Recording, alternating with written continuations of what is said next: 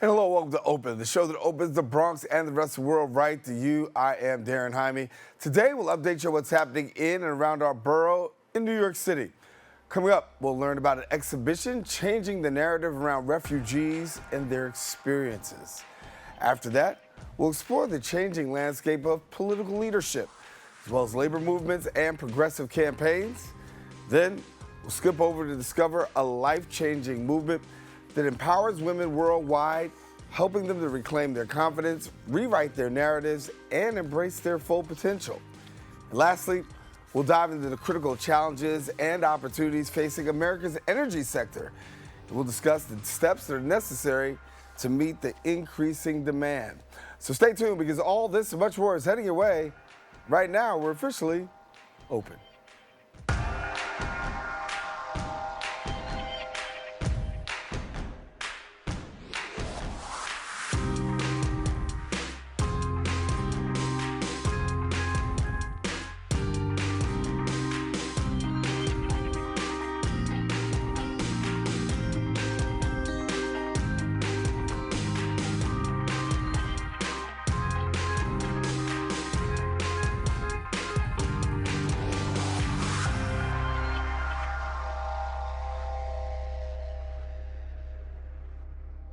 And hello, everyone. I am Daren Jaime. You are now watching Open, a live program bringing the Bronx in New York City straight to you. We also want to welcome our viewers to the Manhattan Neighborhood Network, as Open is being broadcast simultaneously on MNN's channels. You can stay connected to us on all of our social media platforms at BronxNet TV. Some things have been going on through the past week. We'll take you through some of it with our Bronx updates.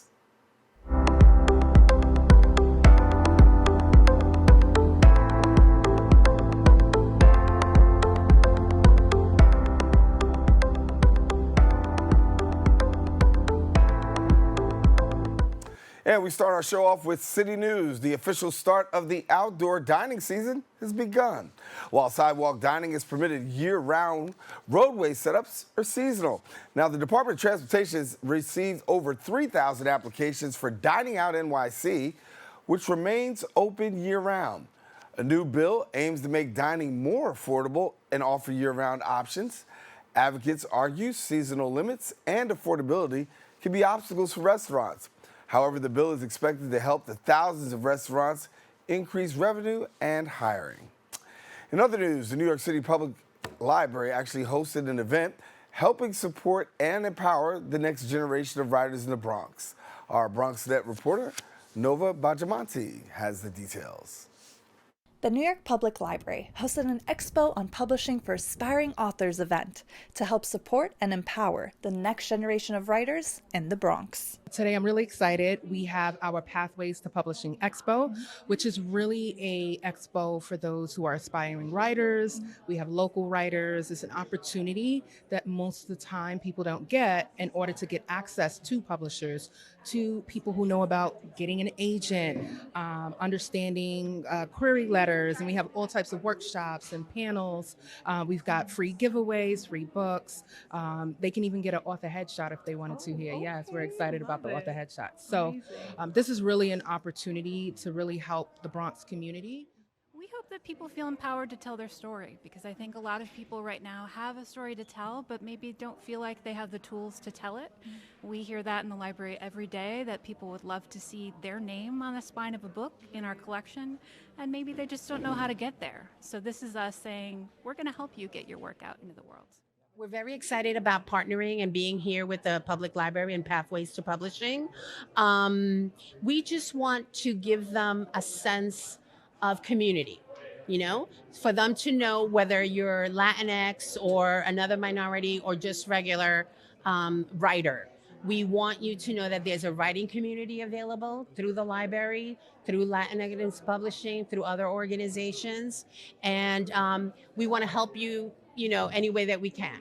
Participants learned the ins and outs of the publishing industry thanks to the community-based event, and aspiring authors of all ages left feeling inspired to dream big. I decided to be an author because I always loved writing, and my dad started writing books. So I decided if he can, why can't I? I learned a lot about the process and what I have to do, and I'm very excited to publish my book. We can because we wanted to learn more about the finding an agent process because I've published 2 books, one in 2021 and the other one was 2023. And I have been trying to get an agent. I haven't really been able to get that. So my goal and our goal really is to learn that process so we can get more mainstream if just keep being creative, just keep writing, keep practicing. And she's already great. But the more she does it, the better she'll get. Okay, great, Dad. Today's event proved to be insightful and helpful for all aspiring authors. Reporting for BronxNet, I'm Nova. And thank you, Nova. That's all the time we have for our Bronx updates. We are taking a quick break, but we'll have more open when we return.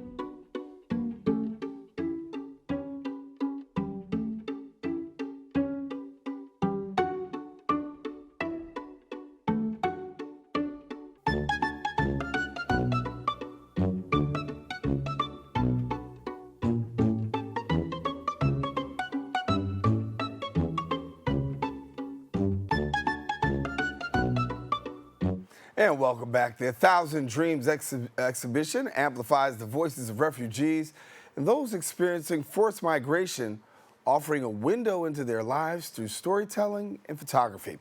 Joining me now to tell us more, we got the project's director at Witness Change, William Lounsbury, and then also we got the creative director of Bronx Documentary Center, Mike Kamber. And thank you so much for joining us both and take the opportunity to give us a little bit about what's going on in the world of storytelling and refugees.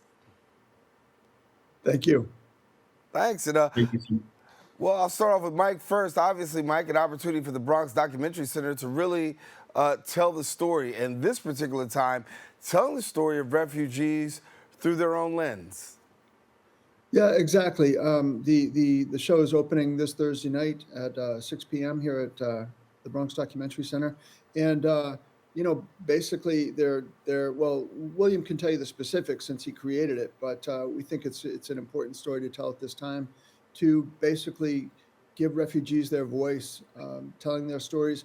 The Bronx has always been home to refugees. My grandparents came to the Bronx as refugees, and even today there are people from all over the world who need a haven, who need a new start, who need a safe place. So we think it's an important show to have at the Bronx Documentary Center. Yeah. William, a little bit different because usually what we see are people telling stories about refugees, but this has a little bit of a different twist. Absolutely. So that was the idea behind the project, is that usually when these types of stories are told, it's journalists coming in from the local community telling the stories of the people who arrived. And we thought, our organization, that it was important to change who was in charge of that narrative. So we've done a series of workshops that train these refugees, providing them with cameras and to do interviews, to go out into their communities and tell the stories from a more authentic point of view. So instead of the hearing the stories that journalists want to hear, or that media workers or nonprofit folks want to hear. We're hearing authentic stories from inside these communities.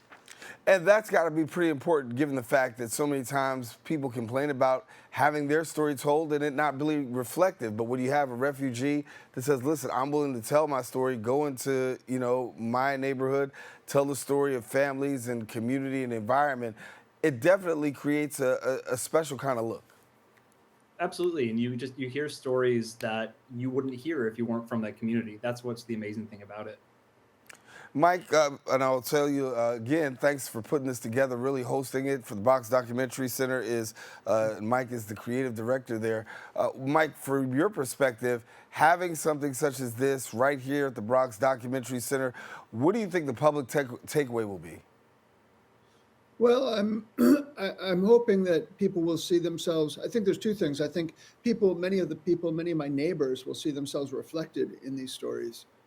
Many of my neighbors, I have neighbors right here, on Cortlandt Avenue that are refugees from violence and from wars around the world. From Congo, from Ivory Coast, from Yemen. There's a guy on the corner I get my coffee. He fled the war in Afghanistan, so I think people will see something that really reflects their experience. And then I think the other thing that I'm hoping is useful, we do a lot of school tours here. So we have school tours that come and visit all the time. And I think it'll be a real learning experience. I hope that it will create some empathy. I think this is a tough time in the United States in terms of empathy for immigrants and refugees. And I'm hoping that this will help to create a conversation where people will understand, the motivation behind people coming to the United States and seeking refugee here. Yeah. William, I think Mike took a little bit of my thunder there when he talked about the fact that there is this lack of empathy that goes around nationwide, and a lot of people are really just in a place where, you're just stressed and anxious and having to deal with all of the changes that go on from moment to moment and literally from day to day. But when it comes to refugees, we know what the climate is like for them. Give us an inside take as to the tone, if you will, the atmosphere of those that are really involved in this project, given the fact that we're in a heightened climate. Well, absolutely, and I think it's all these ideas that are really core and behind the project to begin with. The reason why it's a picture that's kind of in this format, kind of almost as large as life, is to kind of help create that connection between the person viewing it and the person in the picture. And even to the way that the stories are constructed and shared on in the exhibition.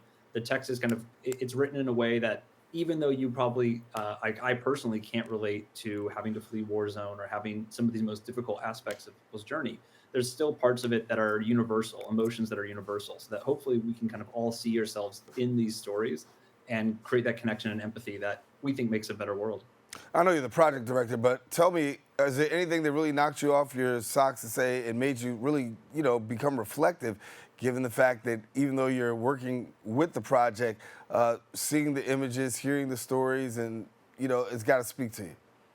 I mean, for me, this is probably the favorite thing I do in my career. I'm a photographer myself, and that's my background. And it brings me a lot of joy and kind of pride to when we show this work to other professional photographers or other people in the media. So oftentimes they think it's created by myself or my colleague, and be able to say, no, we're not doing any of this work. We're supporting them. But the artists are actually people with the lived experience. And that's every time just really inspiring for us. Yeah. Mike, let's talk about the project itself. And you got an opening reception that's taking place, and it's going to be on view for about a month. Exactly. Yeah, we'll be open Saturday, Sunday from 1 to 5 p.m. So we'll be here on the weekends. The opening, as I said, is Thursday night at 6 p.m. It's this Thursday night. It's free, open to the public. And so come on. I think there's a suggested donation of $5, but if you don't have $5, come anyway. It doesn't matter. Yeah. And I think we're going to have a great crowd. We'll have a short kind of tour on Thursday evening where we'll talk about the photos and the impetus behind it and how it was made. Cynthia Rivera, who is who helped create the exhibition, put the exhibition up I think she'll be able to speak a bit about it. But it'll be up for the next month, so any weekend you're free, Saturday and Sunday afternoon, come on down. We also have a show up across the street, a Jamel Shabazz exhibition up. A lot of work from the Bronx and Harlem and Brooklyn in the 1970s and 80s. So if you come on the weekend, you can see 2 exhibitions for one. The intersection of art and as well as, activism is taking place through this. I mean, when you look at the fact that refugees are actually able to tell their own stories, you'll see some activism, you'll see some art. Give me a little bit, both of you, on that intersection between both art and activism. Well, from our side, we think it's really key that you're using these kind of storytelling to do. I don't know. Activism is often a word that is almost becomes a bit militant. People who are really out there yelling, fighting for things, which is important. But this is the type of activism that is coming just from sharing the quiet moments, sharing people's authentic stories, and helping see that a community that I think a lot of stereotypes exist about is so much more complex and diverse than anyone thought. Yeah. Mm-hmm. Yeah, I think I think it's a very complex topic, but I think certainly activism and photography have gone together, almost since it was invented in the 1800s. I mean, you can look at, Jacob Riis photos from the early 1900s, the photos from the Depression, from the Works Progress Administration. I mean, all those famous photos, they're to some degree a form of activism. Certainly many of the photos from the civil rights movement, some of them were created by journalists who were trying to do straight journalism. Others were done by people that, had a point of view. And, if you look at the student protests, the environmental movement, I mean, there's always been a strong activist contingent amongst photographers and photography. A lot of the great work, if you look at Gordon Parks, I mean, so much famous work. Some people would call it activism, certainly. Yeah, and I mean, when we talk about activism, it doesn't always have to be that dark, hard, back word, right? The bad word that's always associated with it. But the reality is that when you take a look at activism, awareness is a part of that. And I think that sometimes when you're getting to the place of doing this kind of work and putting these pictures out there and telling these kind of stories, the major part that we take away, that one word, is really awareness. Right. We don't, at the Bronx Documentary Center, we're adamant. We don't tell anybody what to think. When you come in the door, we're not telling you what the message is. You come and you see the work, you read the captions and the wall text, and you take away your own opinions and your own conclusions from that. So we hope it does spur people to action, but we can't tell people what to do, obviously. Yeah. I completely agree. That's all we can hope, is that you will take the time to read the captions, look at the pictures, and form your own opinion, and just open your heart to these stories. How long has this been in the works? So this project, 1000 Dreams, has been going on since 2000. We launched it during COVID, which is a very difficult time to organize new projects. But this exhibition in the Bronx is following our first workshop in the United States, which was in New York last April. So we're very excited to have this work finally being exhibited in the U.S. and finally being created in the U.S. We did another one in San Antonio in the summer of last year, and we actually are doing a third workshop in Detroit next month, or it's later this month. And given the fact that the times that we're in, obviously, I think that having an exhibition such as this that really speaks to the hearts and minds of refugees, and so many people out there trying to silence voices and try to silence stories, to have these stories, to have these voices, to have these pictures that people could actually see and walk away from is going to be quite impactful. So thank you both for doing this and putting this on. And Mike, it's good to see you again, brother. Thank you. It's always great to be with you. Thank you. Yeah, William, thank you so much for being with us. And congratulations and best wishes with the documentary. Thank you so much for having us. All righty. Well, I should say the exhibition. All right. Well, listen, if you want more information, do me a favor. Visit the website, 1000dreamsproject.com. We encourage you, don't go anywhere. We got more open coming up right after this. Remember now, if you want to check it out, the exhibition is taking place from April the 3rd to May the 11th. The word documentary I use is because it's going to be held at the Bronx Documentary Center. We'll be right back right after this.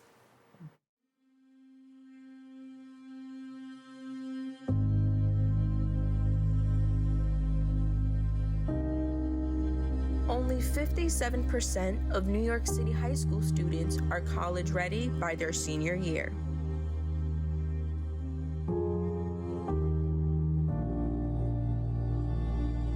.55% of high school graduates either have no plans to attend college or are uncertain that they will ever attend.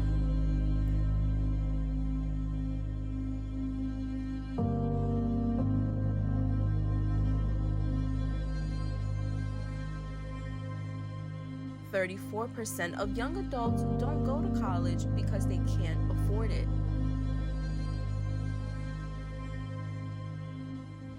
Discover what's possible. BronxNet's education programs, internships, and opportunities help engage and inspire Bronx youth and beyond to pursue their passions. Be a part of the BronxNet family. Whether you're interested in our shows, joining a class, or donating to support our mission, visit BronxNet.org to learn more.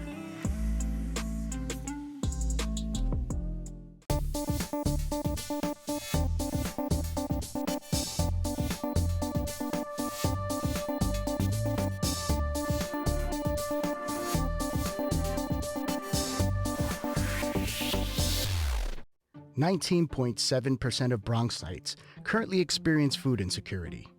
Meanwhile, instead of these nice, colorful foods, this is the best food that they have access to.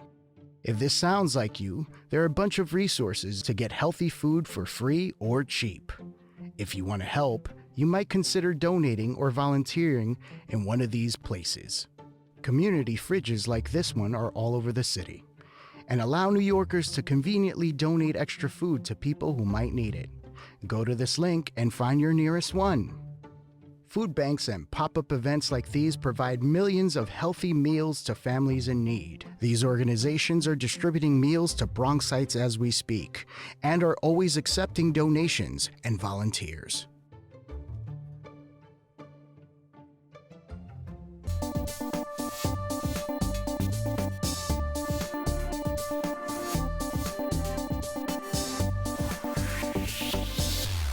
And we are back. The Bronx is home to many tight-knit communities built on connection and mutual support. Our next guest has been involved in labor and activist movements, bringing years of experience in issue-based campaigns across the country. She's worked to advance progressive leadership, advise leaders of color, and also drive policy change through labor organizing and political consulting. Joining me now is the partner at New Deal Strategies, Camille Rivera. And thank you so much, Camille, for being a part of this conversation. And, I'll start off by asking you, when we talk about the state of labor rights, how do you describe the state of labor rights given this current socio-political climate? Well, first of all, thank you for having me. I was born and raised in the Bronx in Soundview, went to school in high school in the Bronx, and so it's a real honor to be on your show. Thank you. Thank you for the work that you all do. I think we are in a very hard space. The Trump administration last week just issued an executive order to kill labor in federal government agencies. That and the labor protections are not as strong as they used to. We have DOJ and other entities within the federal government and the administration cutting jobs. People are losing their livelihoods. And so it is so important now more than ever that we're fighting for the right to organize, that we're fighting for strong contracts. And I believe that labor organizations across the country are really doing what they need to do and trying to understand how to kind of act. And the only way they think, I think is important is to be able to push back as much as possible with the membership that they have. So what's the message that's being sent out today, given the fact that we've got so many different things happening, cutbacks, firings, loss of income, and people just questioning where their future lies? What's the message that's being sent out today? I mean, I think the message, there's a number of, if you are a regular human in the United States of America, you are, you're getting the experience of what's called flooding the zone. And so you probably feel extremely overwhelmed. I know I do, and I'm in this business and in this space. I think the most important thing to do is, in particular, when you're, if you are part of a labor movement, stay close to your contacts, whether it's your captain or your union leader or your local bargaining committee. Make sure that you read your contracts. Make sure that you feel that you have the rights that you have that are protected. A lot of labor is protected by, state law, right? The states really are stepping up in this space and trying very hard to protect people who are losing work. And the state has just also started engaging in hiring people who have been let go. But if you are part of the labor movement and you are part of a union, that's the first protection that you could have. So understanding your contract, talking to people who are in the labor movement or in your labor local about your rights, and ensuring that they're protected. And the labor organization is responsible for fighting back. How do you see these executive orders and really, the legislation that you're seeing out there playing out, particularly on the ground in New York City?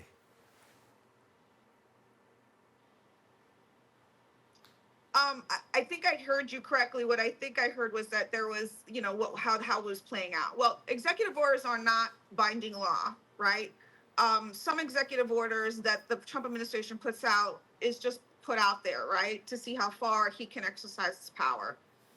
The states have an immense amount of jurisdiction over protections. If you are here in the state and work for the state and or are in a private sector union, you do have protections. And so how it's playing out, I believe, is that many folks are trying very hard to move within the courts and the justice system to either push back against the Trump administration's executive orders to stop him from blocking or implementing them, right? Or slowing down the process and allowing states and even the federal government to legislate what the Trump administration is either trying to do or not trying to do. We've got some Monday morning quarterbacking going on when it talks about what's happened in Wisconsin, the fact that that seat was actually won. And a lot of people are saying, listen, you put a lot of money out there, Elon Musk, but yet still, you didn't come away with the seat. Some of that is being attributed to that minority vote, Latino vote coming out there. Talk to me about this, because I know for certain that you've been working with SCIU, National Latino Civic Engagement, working on really dealing with Latino voters and in the battleground states. How do you see being able to engage, particularly now with all that's on the line? How do you see the Latino vote playing out in these upcoming elections? Yeah, and people are surprised to know that there are actually Latinos in Wisconsin. Right. There are Puerto Ricans in Wisconsin by way of immigration and other migration and other spaces. There are a number of Latinos that reside and have exercised their right to vote. I would say Wisconsin, when I think about the Wisconsin race, I think about the fact that as a progressive myself, right, and a liberal, that it is okay to lean into your values. And also at the same time, money doesn't always talk, right? And the branding that Elon Musk has used himself has damaged the Republican Party and will continue to damage the Republican Party. And I think that Latinos in particular, who are courted by the Republican Party and who have, who are not a monolith, right? I think the Democratic Party is doing better in engaging and doing long-term strategy. My hope is that they continue to engage Latino voters long-term.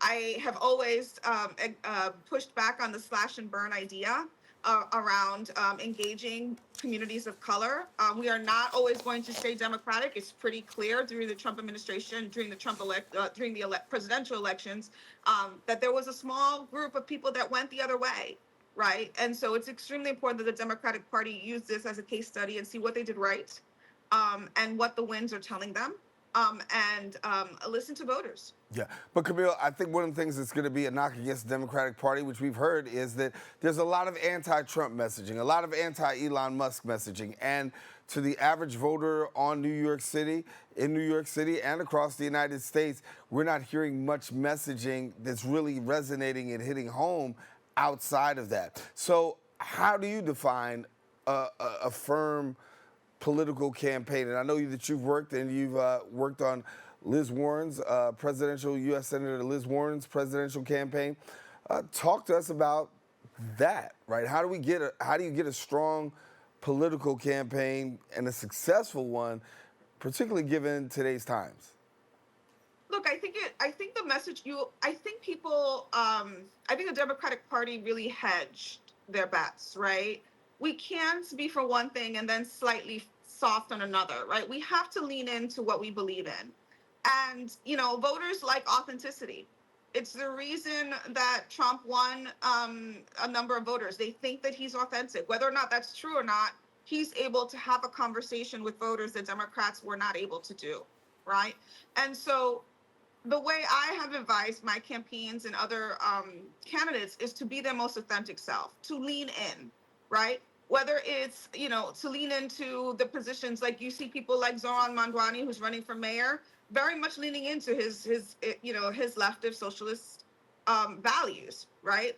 And or talking about issues that really matter, right? You see mayoral candidates like Brad Lander and Adrian Adams and and Zelnor, who Murray, who are mayoral candidates in the city of New York, weighing in on the issues, right, and talking about their campaign, right? Talking about Trump all the time is not going to get us a win, right? We've realized that, right? People are desensitized around their messaging. It is very important to be consistent, keeping your message clear, and talking directly to voters on what they need, right? Voters are really struggling right now, whether it's affordability and rents in the Bronx, whether it's poverty or hunger, it is real, right? Whether it's healthcare issues, even just getting on the train and getting to work is a struggle for many New Yorkers. I myself in the Bronx used to have to take 2 trains and a bus to get home, right? What does that mean, right? And how are you talking to me about what matters, right? And I think that's kind of the authenticity that we're missing in the Democratic Party, and we need to go back to that. Do you see it happening before the midterm elections? I hope. Yeah, I know I'm telling my folks to be authentic and talk and lean in. Whether or not they listen, that's up to them. Yeah. I want to broach another topic, and that is the relationship between Puerto Rico right here in the United States. We know that there's connections that are out there. You formed an organization to really tighten up connections between Puerto Rico and the United States. I want to give you a moment to share a little bit about that. Yeah, so I'm very proud of this organization. It is not my day job, but it is my heart and soul. It's called La Bregue Fuerza. You can go to labreguefuerza.org to learn more about our organization. Our goal is to create a stronger pipeline between the communities on the island and off the island, in places like New York, where we have almost 1 million or so Puerto Ricans, and across the country, like, believe it or not, Wisconsin and Chicago and New Jersey and Massachusetts, where there are big pockets of Puerto Rican voters, all of them really feeling like their island has been ignored, and trying to create opportunities to strengthen the island's economic future and resilience. And so we're working very closely with organizations on the island and off the island. We're talking to Puerto Ricans across the country. We have been doing work since even before the presidential and now after the presidential, focused on ensuring that people understand the issues that are plaguing Puerto Rico and how you, as a regular person who has a home there or has family there, can still be a powerful messenger in talking to their public officials and advocates. We're also working very closely on environmental resilience and working closely with local fishermen and local economies to figure out how do we actually maintain our own local space and independence economically in a very hard climate. Yeah. Camille Rivera, partner of New Deal Strategies and also adjunct professor of international and public affairs at Columbia. We thank you so much for joining us and sharing a little bit about insight into unions, the political climate, and the work that's going on within the Latino community. Thank you so much. I'm so grateful. Thank you so much for having me. All righty. Now, if you want more information, go ahead and visit the website at newdealstrategies.com. We encourage you don't go anywhere. We'll be back with more Open coming up right after this.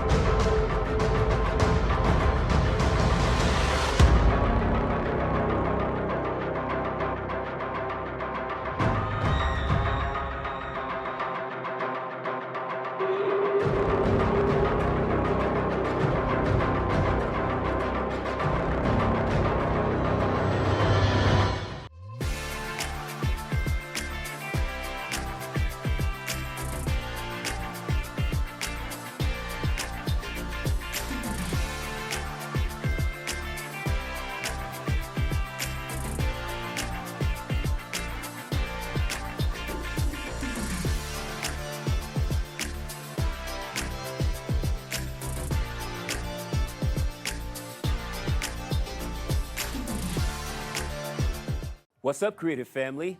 Discover your voice with BronxNet Community Media Classes. Are you ready to bring your ideas to life? At BronxNet, we offer television production classes for community members ages 18 and over, empowering you to share your vision with the world. Get certified in field production, in-studio production, and our new exciting addition, podcast production. Once certified, you can create your own show to air on one of our 6 TV channels. It all starts with our free Unleash Your Ideas Masterclass, designed to help you plan your show idea and set you up for success on your production journey. This class is offered at the beginning of each month for your convenience. Our dedicated BronxNet team is here to support, encourage, and uplift you every step of the way. Join us and become a part of the creative force that engages and inspires the Bronx community and beyond. Sign up today and start your media journey with BronxNet. Visit bronxnet.org/education to learn more and register. Let's create something amazing together. And welcome back. The Haus of Self provides a supportive and empowering space for women to embark on healing journeys, offering coaching programs designed to break self-doubt, as well as overcome fear and cultivate self-love. Our next guest has dedicated her life to helping women rise above limiting beliefs, as well as embracing their worth and create lives aligned with their purpose. Join me now is the mindset coach and founder of the Haus of Self, Monique Cabrera. Monique, glad to have you. Thank you. That might be the best intro I ever received. Thank you. Well, there you go. We try to do things right around here. Glad to have you. Thank you for having me. When we talk about empowering women, obviously, and empowering millennials, I know that that's a passion for you as well. So talk to me and share a little bit about your drive and your passion for this. So my passion, I always say God turned my pain into passion, and that's literally where the Haus of Self came from. The Haus of Self was literally built on my own back through my own struggles and my own journey through life. And there was a point that I was stuck. And once I figured out how to get out of being in that stuck mentality, because it's a mentality, I had this passion to just help other women achieve the same thing. Because when we're stuck in that space of feeling stagnant or not knowing what's next, it's easy to get comfortable, as uncomfortable as it may be. So I just wanted to provide a safe space for women that they can take this journey without having a mask on, showing up authentically, and really taking control of the narrative and rewriting their story to allow them to live their, as cliche as it sounds, best life. Right. Well, you do coaching. You have a variety of different programs. Let's talk about the coaching component. When women and those come to your door, what are some of the common trends that you're finding amongst people who are coming?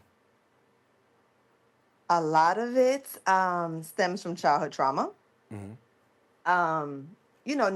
Not connecting what we've been through to how we interact now as adults. So that's been the main thing. A lot of emotional trauma there's been, and then there's been a lot of women who are just bored with however they're living and want a new narrative, or they want to change and they don't know how to change because they're perceived as whoever they've been for so long that they're afraid to step out and change. So you have a 12-week coaching program. If we are taking an insider's view, how does the 12-week program play out? So it's built to whoever the client is. So it's custom to whatever they want to overcome. And I call it reclaim because you can reclaim whatever it is. Some women want to reclaim their their purpose, their time, their love for themselves. So it really just depends on what they're looking to work on. And then I tailor a coaching just for them. It's very intimate. We set intentions. We have a roadmap with milestones to show that they're achieving their goals. It's easy to sign someone up for 12 weeks and then run through it and then they not see the progress. So every 2 weeks we have milestones that the client, I say we because we're working at it together, that we are achieving towards. And in that 2 weeks we scale it to see if we have achieved it, and if not, then we just rework the roadmap because we need to take a detour, and that's fine. And I leave room for grace because I don't want them to expect that in the second week or fourth week or 10th week that just because we haven't met the check mark that we're failing, because there's no such thing. Healing is not a straight road. It's curves and everything else, and that's expected. So I have that planned into the coaching, as well as my own my own experience that kind of allows my clients to feel more relatable versus a textbook scenario. So you have this self-love revival boot camp. My favorite. Ah, That started, that's my favorite. It started as a 7-day email challenge that just went through the basic steps of how to revive your self love. Because, like anything else, you know, it's not, it may not always be the focus. So for those that feel like they may need a refresher, I started that. It went really well. So I turned it into a 7-day paced boot camp where you can just do it on your own time. It's not even 7 days. Actually, the boot camp is as long as you take. It's self-paced, but it just like a reset for people that feel like they need to love on themselves a little bit. vulnerability is really critical, and I think when you have these conversations with women, being able to share and share freely, Yeah. obviously is going to be a key difference maker if you're looking to have a positive outcome. In this environment that we're living in, are you finding that more and more people are becoming vocal, or are they becoming shy? You know what? I think initially people start off very shy, and then as it's a vulnerable space, in order for you to really, and I always say this, you get out of coaching what you put into it. I can provide the tools, but if you're not vulnerable and allow me into that space, it's going to be hard. So I feel like once we get past the initial onboarding and setting intentions, then women are more likely to become vulnerable. And for yourself, what has been the highlight of all the work that you've been doing so far since you've decided to launch out on your own? Seeing women win and heal and come out on the other side. For me, I always love when I get a message saying, whatever the tools that you taught me worked, or I'm implementing so and so and it's benefiting me, or I stepped out of my comfort zone because of the tools you provided. That to me is the ultimate reward. Monique, you talk a little bit about the work that goes into this, and reaching your pivot point as well, and being able to do that, finding your own voice. Share with me a little bit about that safe space, because I think that's also very, crucial in that. As a person finds their own voice, there is this also need for a person to have to find a safe space for them, possibly even to find their voice or to, go from wherever. Absolutely. So, from your perspective, the work that you're doing and how that's a safe space. So it's funny because I didn't have a safe space when I was going through my own journey. My journaling was my safe space, and that's kind of how I found my voice again.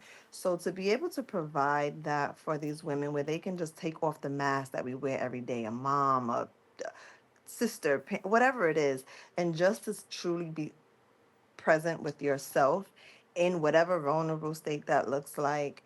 It first of all, it takes a lot.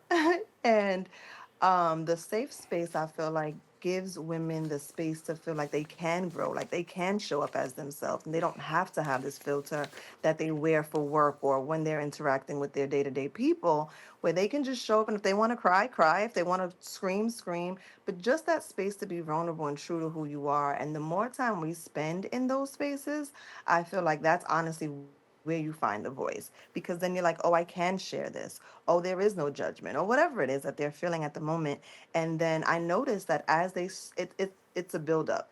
As they start to feel vulnerable, as they start to share, then it's like the floodgates open and then everything comes out. And that's where the real work comes in. Because once the floodgates open and we can really tap into who, what, where, and how you became who you are, then I'm able to do the work that I do. But the safe space to me is the number one priority, because if you don't feel safe, you're not going to share. Right. And that was my thing. I never had it, so I didn't share with anybody. Yeah. Well, one of the things you do share is a VIP weekend, and I think that's it's called a self-love weekend.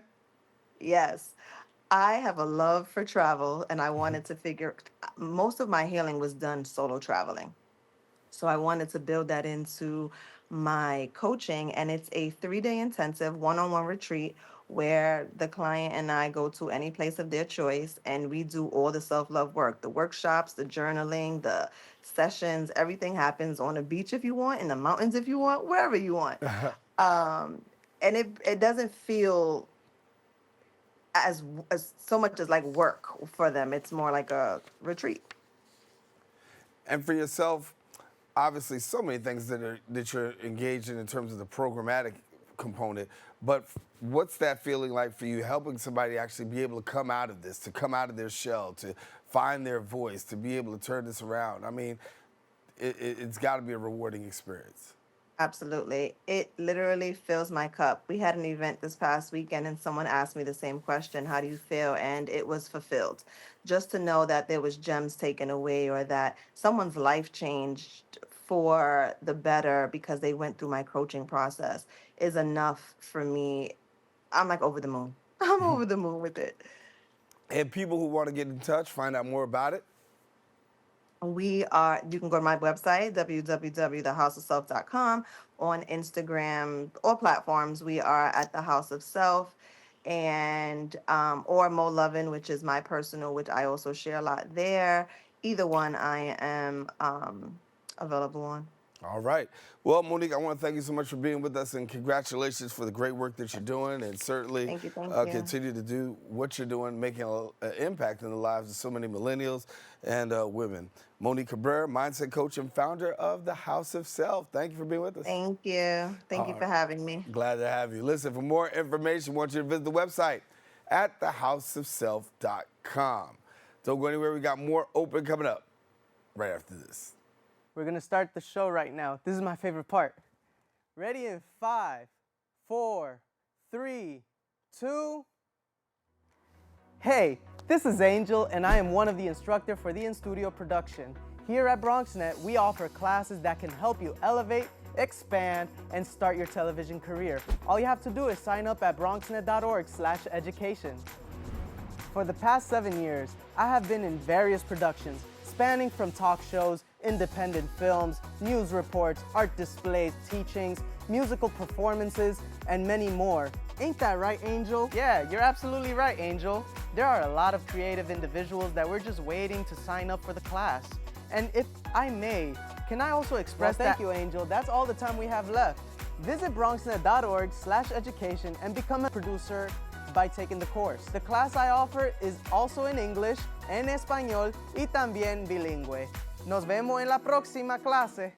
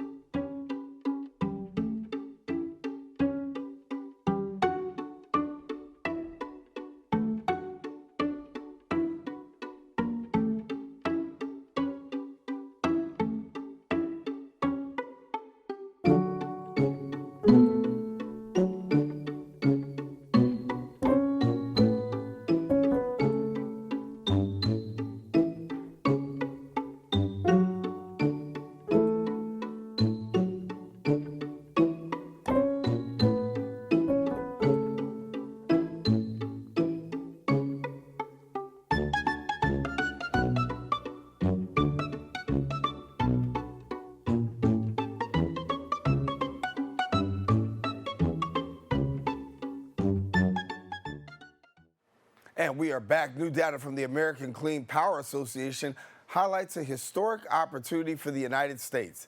As electricity demand expected to rise by 35 to 50% by 2040 due to manufacturing growth, data centers and electrification, investing in clean energy has never been more crucial. Joining me now is the Chief Advocacy Officer for the American Clean Power Association. We got Frank Macchiarola, and thank you so much for joining us, Frank. Thanks for having me, Daren. It's good to be with you. Yeah, good conversation to have. And I mean, talk about it here. We've got this energy surge that's happening. And, you know, sometimes they say it could happen at a better time. Some people say it could happen at a worse time. But from your perspective, talk to me about it. Yeah, the energy demand surge is real, principally driven by AI. The growth in data centers requires a lot of electricity, but also by manufacturing in the US and by increased electrification. The result is, though, by 2040, in just 15 years, we're anticipating power growth of up to 50%. You think about that, we've had about flat power demand for 25 years, and now to have that quick spike, that run up in energy demand, that's significant. It's going to require significant changes both to the energy that we deploy and how we do it, but also to our policies. Yeah, and when we talk about keeping up, that's going to be the hard part, because you're talking about 15 years, you're talking about right around the corner. I know somebody said that's a long time, but that's literally around the corner. How do we keep up? Yeah, I think we utilize not just the traditional resources that we've relied on in the past, but we continue to use more and more clean energy, wind, solar, battery storage. We have the ability in this country to add to our fuel mix with these cleaner sources of energy. Last year alone, 93% of new capacity built in this country was from those clean power sources. We saw an increase in deployment of clean power of more than 33% increase from 2024 to 2023. So we have the ability to do it. We just need the policy will on the part of the policymakers. We need to convince the public. We need to show the public the benefits of these new forms of energy. They're going to find that clean power provides a reliable form of energy, cost-effective form of energy, and a cleaner form of energy. And you're going to see more and more adoption of clean power in this country as a result. We see clean power across the country. There is the talk of economic growth. How do you foresee the economic growth occurring under this clean initiative? Yeah, clean power has brought a significant amount of economic development to this country. We anticipate over the next 10 years a doubling of clean energy jobs, about $2 trillion added to the GDP. These clean energy tax credits that have supported the deployment of wind, solar, and battery storage, vast majority of the capital investment as a result of those are actually done in states that supported Republicans and Republican-controlled districts and states in Congress. And so, we're going to reach out to policymakers and say, look, this is not a partisan issue. It's not an ideological issue. It's an American issue. It's an issue about whether we're going to have the energy that we need to meet the growing demand that we have in this country. And clean power is ready to meet that demand. I mean, you can deploy clean energy much quicker than traditional forms. So wind, solar, and battery storage, we can get those resources onto the grid to meet the power demand, to grow the economy, to create those jobs. It really is a win for the American people, Daren. Yeah, but talk to me about the challenges, because there are some potential challenges that are actually faced by this, right? And not being able to keep up, not being able to sustain. What are the challenges? Yeah, they're actually similar to the challenges you see in traditional forms of energy. So we need transmission lines. We need to build transmission to be able to move energy from where it's produced to where it's needed. Same way the natural gas industry is trying to build pipelines in this country. So we need permitting reform. I think energy advocates across all energy resources recognize the need to permit and build energy projects so that we can deliver reliable, affordable energy to the American people. We need a tax code and a regulatory structure that provides business certainty. Businesses cannot, operate through periods of volatile policy. They need certainty, and the tax code helps provide that. We have clean energy tax credits in place right now that incentivize the deployment of wind, solar, battery storage. Those are important that we maintain those. We also need to reach out to the American people and explain how important this is. We need to tell the story of energy demand. We need to tell how wind, solar, and battery storage is going to meet that energy demand to provide them with reliable, affordable energy. Yeah. We talk about job creation. That's real important across America right now. Many people, without work. We know that millions are on the firing line, literally, as we speak. But when we talk about this, the job creation associated with this, how do you see that? Yeah, it's huge. The ability to double the number of clean energy jobs over the next 10 years if we have those clean energy tax credits in place. That's really significant. Also, you think about it's not just the creation of jobs and economic development. The fact that we're providing affordable, reliable energy to people. Energy is about 7% of our economy, but it's the foundational 7%. It's from which everything else flows, right? If you don't have electricity, if you don't have reliable energy, you can't live your life the way that we currently do now. You can't go to your job, go on vacation. You can't help drive that economic growth throughout the economy. So it's not just critical in the job creation front, which is important. It's also critical to supporting our overall economy. Yeah. United States is experiencing a dramatic shift when it comes to the electrification of, particularly in transportation and also heating. So as we talk about this, what are we doing in terms of preparing for this demand? Because this is another demand that we're talking about. Yeah, I mean, it's we have energy demand across our economy, from transportation to electricity, to be able to heat and cool our homes. Clean power is playing a critical role when it comes to wind, solar, battery storage. We had record year for deployment in solar and in battery storage. Energy storage in one instance, a really important story to tell here. During periods of peak demand in California and Texas in the last couple of years, during hot weather events and cold snaps, we saw peak weather events that drove demand, and energy storage was able to meet those high peak times. That's so critical. It means the lights stay on. It means people are able to go about their lives and not have to worry about their energy. It means significant cost savings for the American people. All of those factors play into the importance of clean energy in our economy. Yeah. Frank Macchiarola, Chief Advocacy Officer for the American Clean Power Association. We got to leave it there, buddy, but thank you so much for being with us, and thanks for taking the time. Thanks, Daren. Have a good one. All right, you Take have a care. good one now. All righty, for more information, visit the website at cleanpower.org. Unfortunately, we come to the end of our show today. I want to thank all of our guests for joining us, but most of all, you, the viewer, for tuning in. If you missed any part of today's show, you can catch the recablecast on Optimum's Channel 67, Verizon Files 2133, or watch us anytime on the web at BronxNet.org. You can catch a brand new episode of Open with Rita Valentine on Friday. This wraps up this episode. For us, I am Daren Jaime saying take care, God bless, and make sure you keep this channel wide open.